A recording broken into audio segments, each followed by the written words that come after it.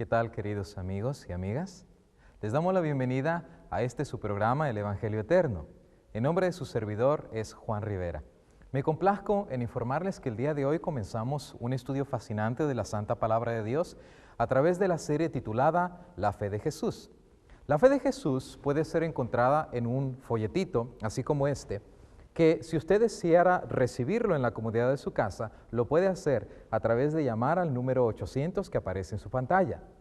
Al usted ordenarlo es libre de cargos, es completamente gratuito y nosotros se lo mandaríamos a la comodidad de su hogar.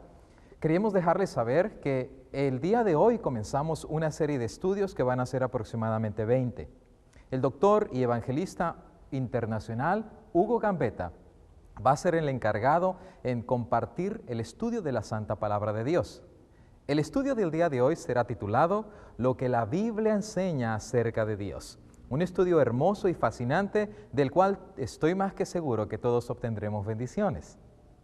No se olviden ustedes de estar orando por el Evangelio Eterno, debido a que este ministerio se encarga de propagar la Santa Palabra de Dios a través de todo el mundo. Queremos dejarles saber a ustedes también de que sientas en la libertad de querer participar con el ministerio del Evangelio Eterno a través también de sus contribuciones que serán más que bienvenidas.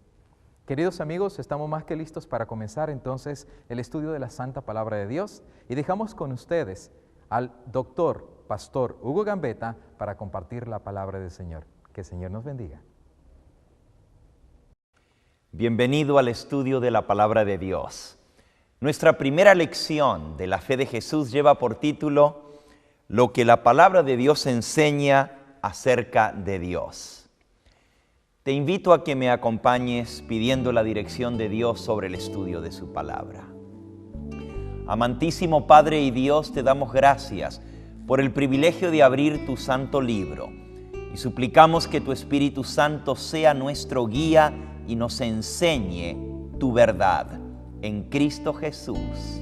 Amén. Amigo, amiga que me escuchas, la palabra de Dios no trata de demostrar la existencia de Dios. Simplemente lo da por sentado, como que Dios existe. El primer versículo de la Biblia dice, en el principio creó Dios los cielos y la tierra. La palabra de Dios nos presenta a Dios como una realidad. En el libro de Hebreos, el apóstol San Pablo, escribiendo en el capítulo 11 y en el versículo 6, declara, sin fe es imposible agradar a Dios, porque el que a Dios se acerca necesita creer que Él existe y que es galardonador de aquellos que le buscan. Amigo que me escuchas, la primera característica que tienes que tener para acercarte a Dios es la fe. Creer que verdaderamente Dios existe y que Él escucha tus oraciones. Hoy vamos a aprender un poquito acerca de ese Dios maravilloso. La palabra de Dios nos enseña que hay un solo Dios. A diferencia de las religiones paganas que creen en el politeísmo, la existencia de muchos dioses, los cristianos creemos que solamente hay un Dios. Si tienes tu cuadernillo de la fe de Jesús, la lección número 1, la pregunta primera declara o pregunta, ¿cuántos dioses hay? Y la palabra de Dios responde en el libro de Efesios, en el capítulo 4 y en el versículo 6. Dice, hay un solo Dios y Padre de todos, que está sobre todos y por todos y en todos. Un solo Dios. Ese único Dios, sin embargo, está compuesto por tres personas distintas. Dios es como que fuera una familia. Dios Padre, Hijo y Espíritu Santo. Fue el Señor Jesucristo el que nos enseñó que existen tres personas que forman la deidad.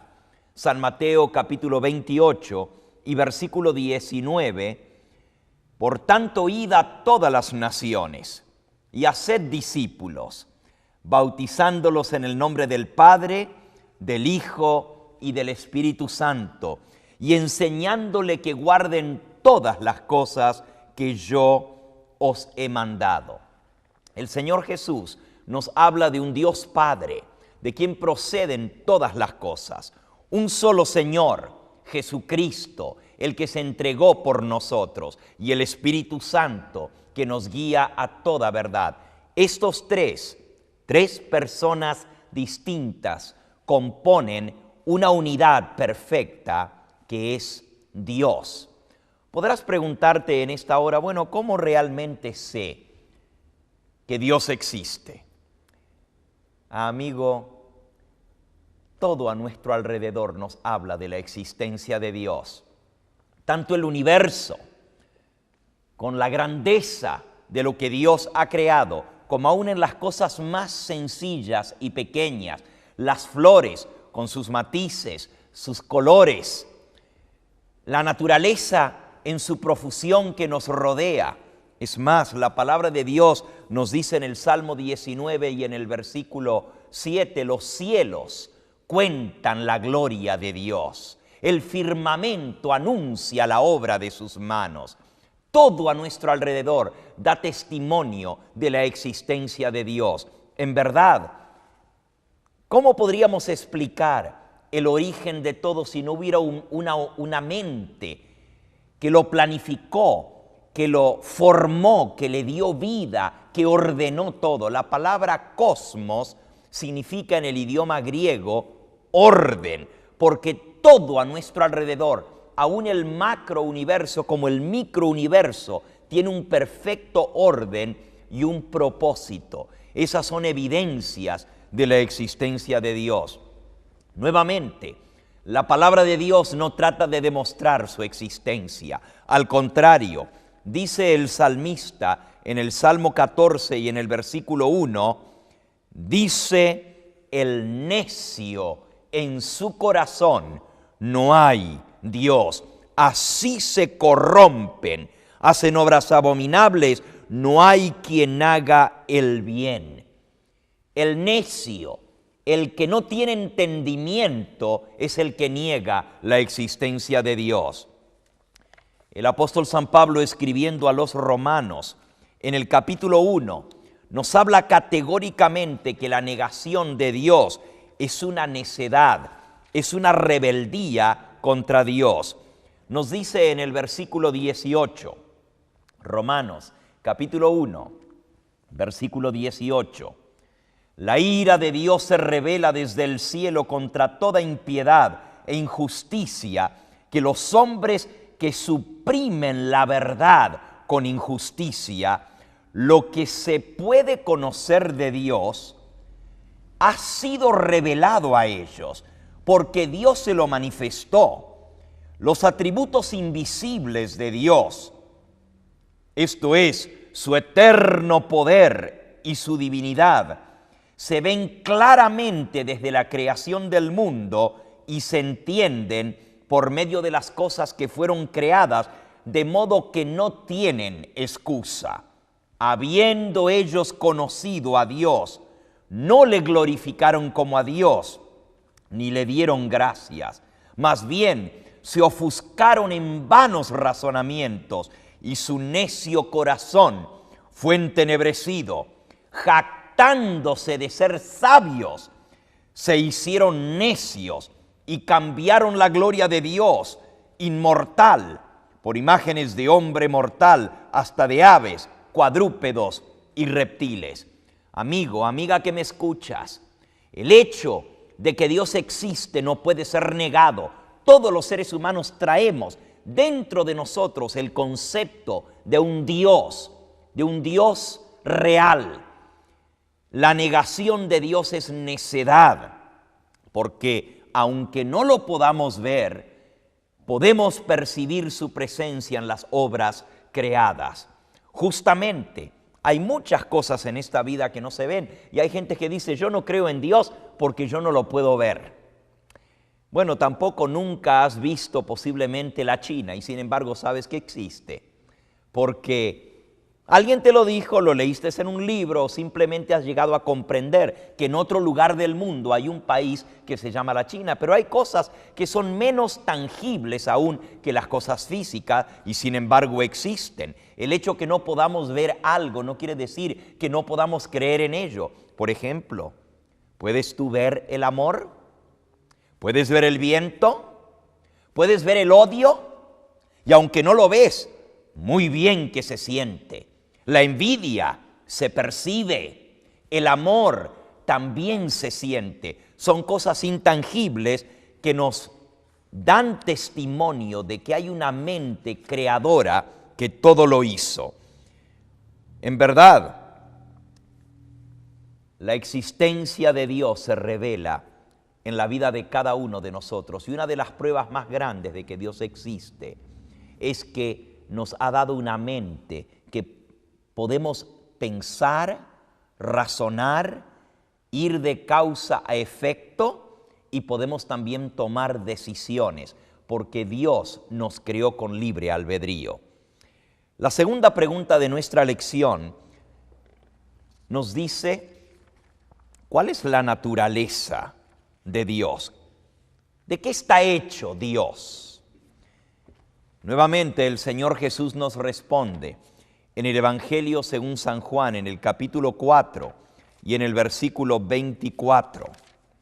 Y dice así, Dios es espíritu, y los que le adoran deben adorarlo en espíritu y en verdad. Dios es un ser espiritual, no está sujeto a las leyes que restringen nuestra naturaleza física.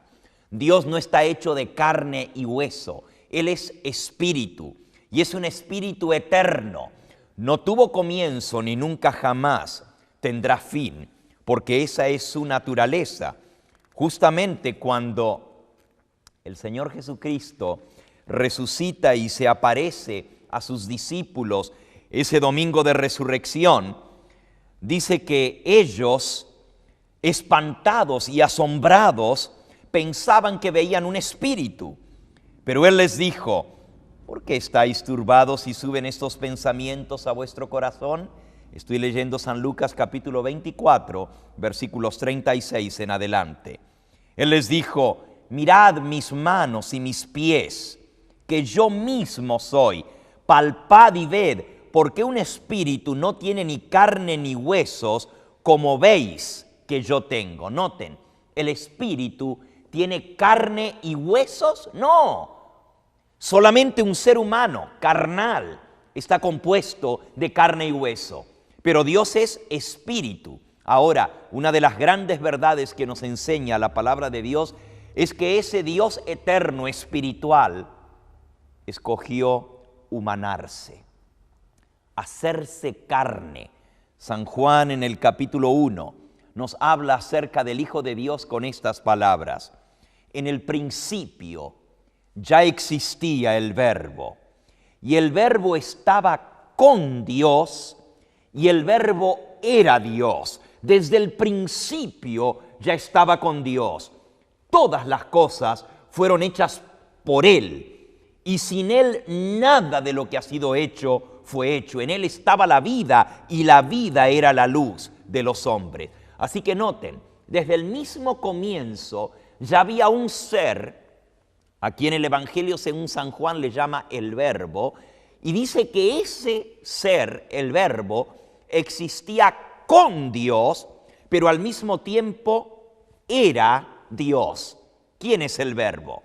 En el versículo 14 nos dice, y el Verbo se hizo carne y habitó entre nosotros y vimos su gloria, gloria como la del unigénito Hijo de Dios. Así que el Verbo es el Hijo de Dios, que se encarnó, se hizo hombre para vivir entre los hombres. Sin embargo, existía desde toda la eternidad, estaba con Dios y era Dios. Por eso en la primera página de la Biblia, cuando se nos habla acerca de la creación del mundo, se nos dice, entonces, Génesis capítulo 1, y versículo 26. Entonces dijo Dios, hagamos al hombre a nuestra imagen y conforme a nuestra semejanza. Dios creó al hombre a su imagen y semejanza, pero noten que dice, hagamos al hombre a nuestra imagen y semejanza. Obviamente hay más de una persona que está hablando aquí, está hablando en plural.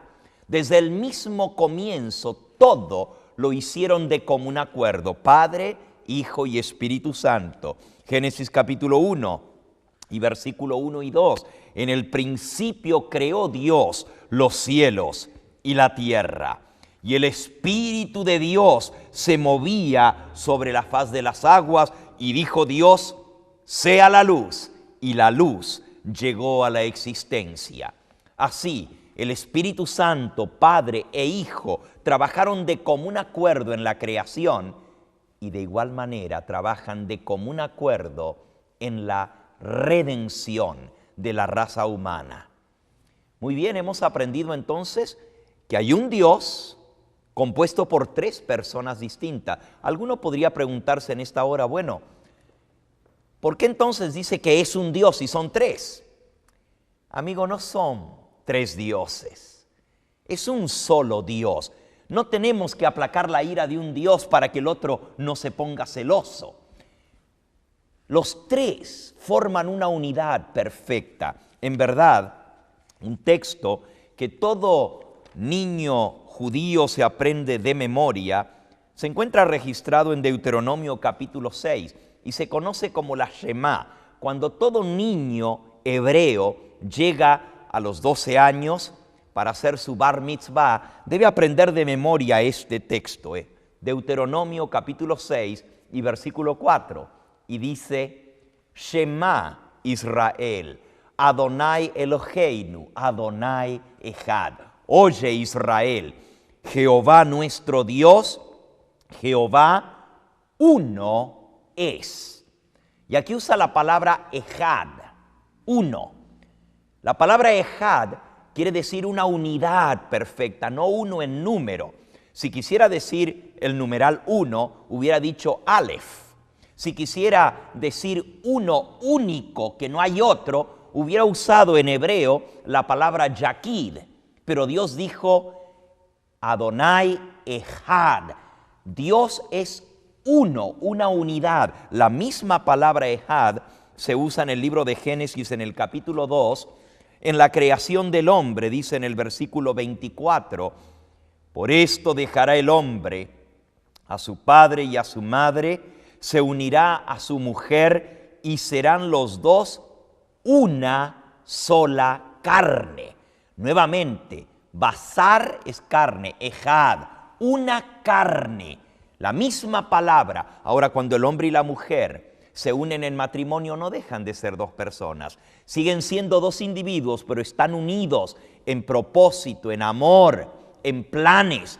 Todo lo tienen de común. Así es nuestro Padre Celestial, su Hijo, el Señor Jesucristo y el Espíritu Santo, la eterna familia que forman un solo Dios verdadero.